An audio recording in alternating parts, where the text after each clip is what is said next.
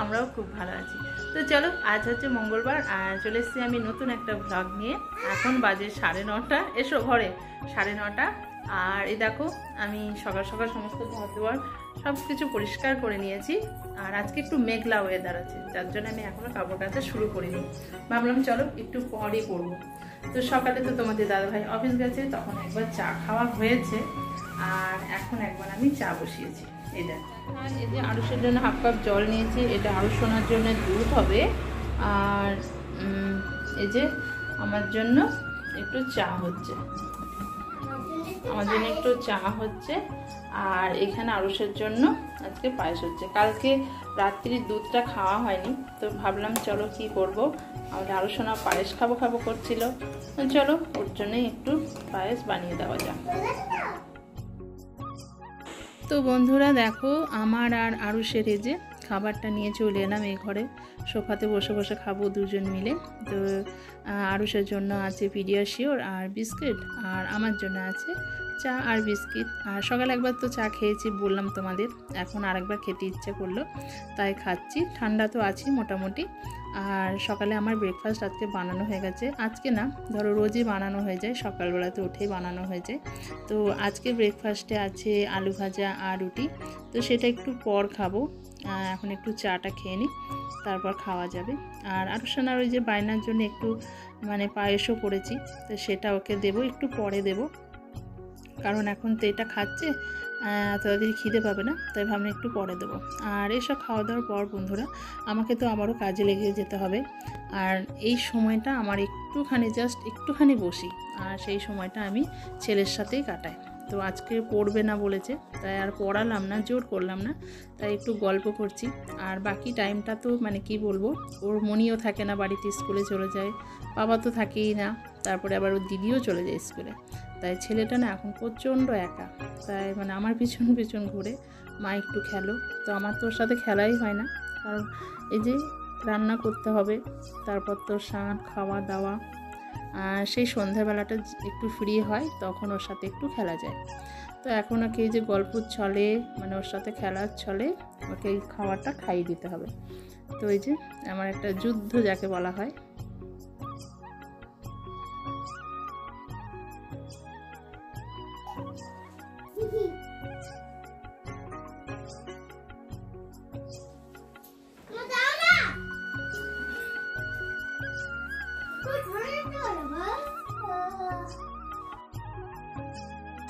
তো এই যে আরুষের পায়েসটা একদম রেডি, তো ভাবলাম একটু ঠান্ডা করতে দিয়ে নিই, কারণ এবার ওর খাবার ইচ্ছা হয়েছে, তাই একটু ঠান্ডা করতে দিয়ে দিলাম। আর এখন ওকে দেখো বাইরে একাই সাইকেল চালিয়ে খেলে বেড়াচ্ছে। তো গোটা উঠোনটা জুড়ে ও সাইকেল চালিয়ে বেড়াবে, আর কারোর সাথে খেলে না, বা বাইরে কোথাও তো আমি ছাড়িই না, কারণ এত বড় উঠোন রয়েছে, এখানেই খেলা করে। আর এখন আমি দেখো চললাম ইঁচড় কাটতে। তো তোমরা তো দেখেছই আমার বাড়িতে বড় বড় দুটো কাঁঠাল গাছ আছে, আর প্রচুর পরিমাণে কাঁঠালও হয়। তো আমাদের বাড়িতে কেউ কাঁঠাল খেতে চায় না, তো আমি ঠিক করি ইঁচড়টা খেয়ে শেষ করে যাক। তো সবে মাত্র দুটো খাওয়া হচ্ছে আজকে নিয়ে। তো এই দেখো ইঁচড়গুলো বেশ বড় বড় হয়ে গেছে, আর আমাদের বাড়িতে না কাঁঠালটা কেউ খেতে চায় না, তাই কি বলবো, তখন কাঁঠালটা প্রচুর নষ্ট হয়। আর ইঁচড়টা তো জানো খেতে খুব ভালো লাগে। এই দেখো কত সুন্দর, দেখেছ?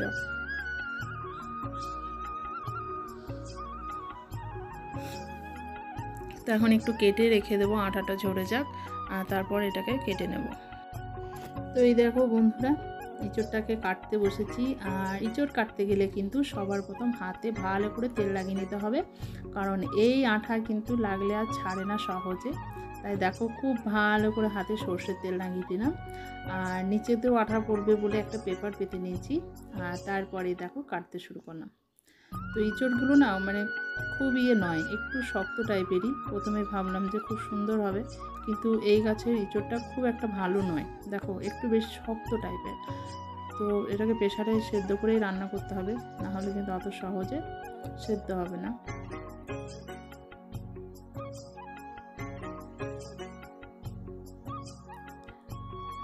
তো চলো আমি ইঁচড় কাটি আর তোমরা ভিডিওটা দেখতে থাকো।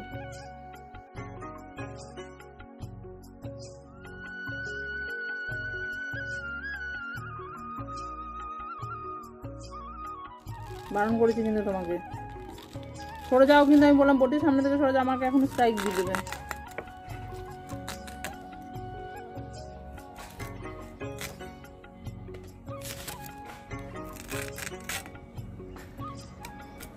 তো বন্ধুরা দেখো ইঁচড় কাটা কমপ্লিট, আর তারপর সমস্ত কিছু ধুয়ে একদম দেখো প্রেসারে বসিয়ে দিয়েছি সেদ্ধ করতে, কারণ ইঁচড়টা না একটু মনে হচ্ছে শক্ত। আর এই যে সমস্ত কিছু সবজিটা কেটে নিয়েছি, আলু পেঁয়াজ টমেটো, আর এদিকে দেখো চিংড়ি মাছটাও ভাজতে বসিয়ে দিয়েছি। 11টা বেজে গেল বন্ধুরা আজকে আমার রান্না বসাতে, কারণ আজকে বাড়িতে কেউ নেই, আর কেউ সামলাতে হচ্ছে, আবার এদিকে রান্না বান্না ঘরের কাজটাও করতে হচ্ছে। তো চলো আমি রান্নাটা কমপ্লিট করি, আর তোমরা আমার ভিডিওটা কন্টিনিউ করো।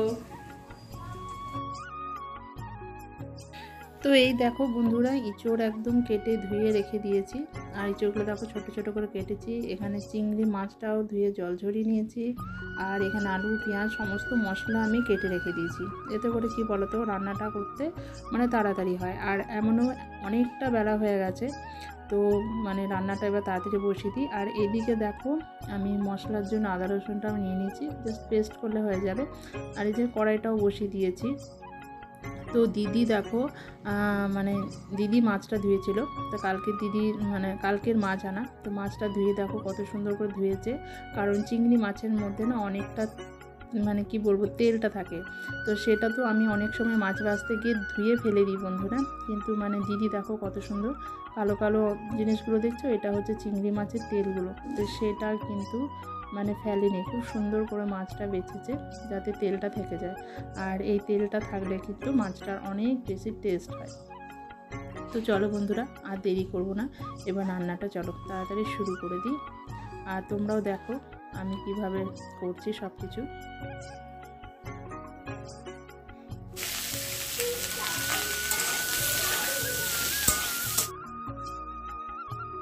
তো দেখো ইঁচড় রেসিপিটা আমার মানে রান্নাটা হয়ে গেছে, এখানে জলটা দিয়ে দিলাম, আর এটা জাস্ট সেদ্ধ হলেই হয়ে যাবে। আর এইদিকে ভাতটাকে মানে 1 ফুট হয়ে নামিয়ে রেখেছি, এতে অনেকটা সেদ্ধ হয়ে যায়, কিছুক্ষণ পর চাপাবো দেখবে ভাতটা হয়ে গেছে, বেশিক্ষণ লাগে না।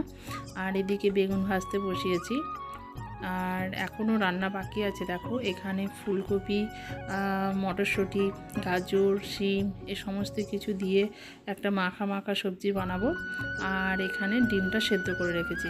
তো ডিমটা প্রথমে ভেবেছিলাম রান্না করব, কিন্তু তারপর আর রান্না হয়নি, সবাই সেদ্ধই খেয়েছিলাম। আর খাওয়া দাওয়া করার পর বন্ধুরা আজকে আর ঘুমাইনি, কারণ আরুষানা যে মাঠে যাব, তো দেখো ওকে নিয়ে মাঠে চলে এসেছি বাড়ির সামনে। আর দেখছো সর্ষের ফুলগুলো এত সুন্দর, মানে এত অপূর্ব এখানকার মানে প্রাকৃতিক পরিবেশটা, তোমাদেরকে না দেখালেই নয়। তো ওখানে এসে এই যে আমি আর আরুষানা ছবি তুলেছি, কয়েকটা ছবি, তার মধ্যে তোমাদেরকে দুটো শেয়ার করলাম। আর দেখো কত আলু চাষ হয় দেখো এদিকে, আর তার সাথে এই যে ধান রোয়া হচ্ছে। তো এই জিনিসগুলো দেখতে ভীষণ ভালো লাগে, দেখো মানে একদিকে আলু একদিকে ধান, কিছুটা সর্ষে হয়, ক্যাপসিকাম হয়, বেশ সুন্দর লাগে এখানকার মানে পরিবেশটা। তো দুপুরবেলায় আমি আর আরুষ বেরিয়ে পড়েছি মাঠে ধান রোয়া দেখতে। আর বাড়িতে একা একা থাকে, তাই মানে ওর প্রচণ্ড বিরক্তি হয়, তো এদিকে আনলেও ভীষণ খুশি হয়, ওরও ভীষণ ভালো লাগে, মানে ছাগল গরু তারপরে সব মাঠ দেখতেও ভীষণ পছন্দ হয়। দেখো ছাগলগুলোকে নিয়ে খেলতে শুরু করেছে। তো চলো বন্ধুরা আজকের ব্লগটা আমি এখানে শেষ করে দিচ্ছি, আশা করছি তোমাদের খুব ভালো লেগেছে। ভালো লাগলে অবশ্যই লাইক কমেন্ট শেয়ার করে আমার পাশে থাকবে। দেখা হবে তোমাদের সাথে নতুন একটা ব্লগে।